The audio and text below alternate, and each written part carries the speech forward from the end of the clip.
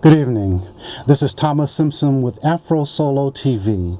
It's great to be here another Friday afternoon to talk about art from the African American or people from the African diaspora point of view. Over the last several times we've had AfroSolo TV, we've had some wonderful guests. And again, I can say the same thing about tonight. We have a very special person here who's in a wonderful play here, who is up from LA. He's performing with the Lorraine Hansberry Theater Company in August Wilson's Fences. It's been such a success that it's been extended from this weekend to next week. Let's introduce our guest, Alex. And Alex hails from, well, actually he started off in Chicago, and now he lives in LA. So Alex, how are you doing tonight? I am outstanding, thank you. Good, good, good. So you're here with Lorraine Hansberry. Yes. And how long have you been in the city? I've been here since the middle of February. Great, great. What do you think about San Francisco? I love San Francisco. I've had the best 8 to 10 weeks of my life here in San Francisco. That's great. Now, we talked a few moments ago about your being or living in LA and spending some time up here. We'd like for our viewers to find out a little bit more about you in terms of where you're originally from, how you got involved with theater, and do you remember the first play that you were in? Some of those questions? Absolutely do. Tell us about it. I grew up I was born in Chicago, but I grew up in a small town just 60 miles outside of Chicago called Pembroke. Okay. And in the late 50s, early 60s, a lot of African Americans were migrating from Chicago and building homes or whatever out in Pembroke. It's a very rural town. In fact, my father and my grandmother built a house out of 2 railroad boxcars. That's what we lived in when we first moved there. And so from there, I lived there most of my life, and then from there I moved to Houston, and that's where I got involved in theater. My first wife was artistic director of the Ensemble Theater, which is the oldest African American theater in Texas. Wow. And it was from there that I began to get involved in theater. I had started out as a practical nurse with ambitions of being a paramedic. And the first play I did, they did this, and they paid me that. And I thought, oh man, this is all right. I mean, this is it. So the first play was a play by a young woman out of Houston named Celeste Colson Walker, and the play was Sister, Sister. And I played a guy who wanted to bring a second wife into the family, to my present wife's house. And as they say, the rest is history. Right, the rest was history. Because you've had a stellar career, not only in theater, but also television, as well as movies. So it's really nice to be well-rounded. Yes. And because of your skill, it's very fortunate also. I'm very blessed. I tell people all the time, in the Screen Actors Guild Union, less than 1% actually make a living as an actor. Now you compound that by the number of African Americans that actually can say they make a living, a full-time living as an actor. It's less than that. So the Lord has been truly good to me to be able to have a career for as long as I've had one, and to honestly say that I've made a living doing nothing but being an actor. That's great. Now, when was this in Texas when you said as long as you have? How long has that been? This was, we moved to Texas in '79. I started acting in Texas in 1984. Now, here, that was part of what they would call the Black Arts Movement. Was there a Black Arts Movement in Texas at that time? Somewhat, yeah. At the time, the Ensemble Theater was just in its formative stages. It had been in existence, I think, maybe 3 or 4 years. Founded by a gentleman named George Hawkins, and my first wife, Eileen Morris, took over later. But yeah, it was in those formative years. And I always say that had I grown up as an actor anywhere but in Texas, I would not have had the success, because there was such a movement and a need for that kind of art there. It gave me an opportunity to do roles that I would not have been able to get had I been in New York or Chicago or even in LA and San Francisco. So my growth as an actor came from the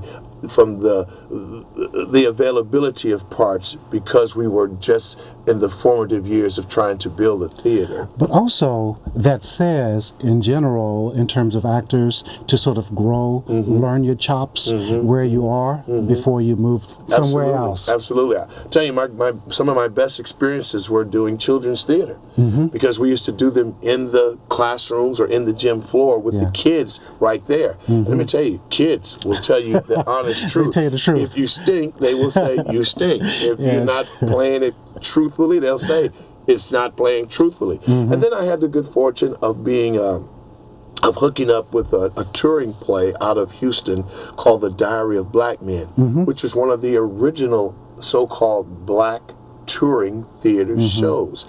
Tyler Perry and people like that have subsequently come behind it, but our show was one of the first. As a matter of fact, there was a gentleman out of San Francisco that was a part of that troupe, John Jelks, who also came out of the Lorraine Hansberry, who was also a part of that tour. So in those days, we picked it up and we put it down ourselves. So I learned the craft of theater literally from the floor up. I mean, some weekends we would do 6 shows in 3 different cities, and we would pick the show up, take it down, drive to the various cities ourselves. And trust me, there was no greater thrill than doing it. I thought I was in heaven. I didn't think it would get this good. You know, that has some history along with what was traditionally called the Chitlin Circuit. Chitlin Circuit, exactly. Now I think we call it more urban. Theater now. Right. And a lot of people still criticize the Tyler Perry type plays, but for us, for guys like me, for actors,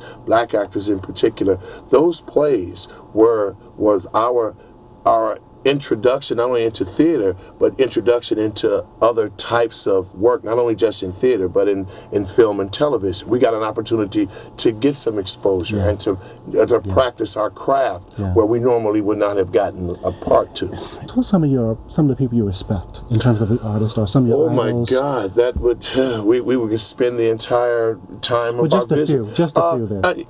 And the people that I would name would be people that you might not know. Well, you wouldn't know because they were people out of Houston who I grew up with as an actor. Wayne DeHart, Lee Stansberry, Clarence Whitmore. Those are the people that taught me, that held out their hands to me and showed me the ropes as I was coming along. People that are stars that I respect are people like Billy D. Williams. In fact, my first experience with fences was seeing Billy D. Williams in New York on stage do it.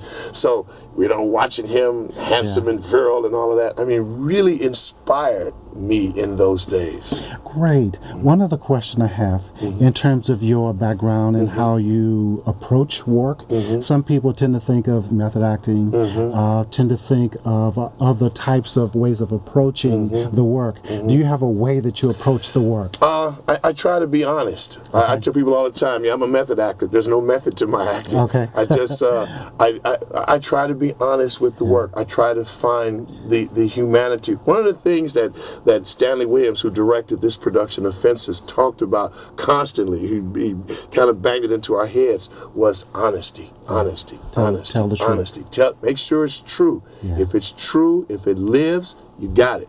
And so that has been the hallmark of my entire career, trying to find the truth, trying to remain truthful to that truth, and not trying to add so much Alex Morris, but be more clear to what the truth of the character is. Yes, and in terms of the play, Fences, which is one of August Wilson's plays, and August Wilson's one of the foremost playwrights that have been a part of my generation. Absolutely. And especially in terms of the African American experience. For those who don't know, August Wilson decided to do a play for every 10 years of African American history in the 20th century. So he did one around 1910, in the 20s, 30s, 40s, 50s. He did 10 of them in his lifetime, which is quite phenomenal. It's unfortunate that he did pass away a couple of years ago, but he did finish his dream of doing that cycle of the 10 plays for every 10th year of the past century. You got a chance to work with him a little bit. What was it like working with him? Very intense. In fact, I did 7 guitars up where he was living in Seattle at the time. So I was doing 7 guitars in Seattle, and he was at rehearsal every day. And so having him there really it made you concentrate on making sure you got the words right, first of all. But August was also a very generous man, not only with his plays, but with himself. I mean, there were many times we would go out after rehearsal and just talk. Yeah. And we would just have drinks and just talk. And he was a marvelous storyteller. Wow. So not only could you get an insight of the man, but you understood his work better because you got a chance to see him away from the work. So he was terrific. I really enjoyed being around him. Well,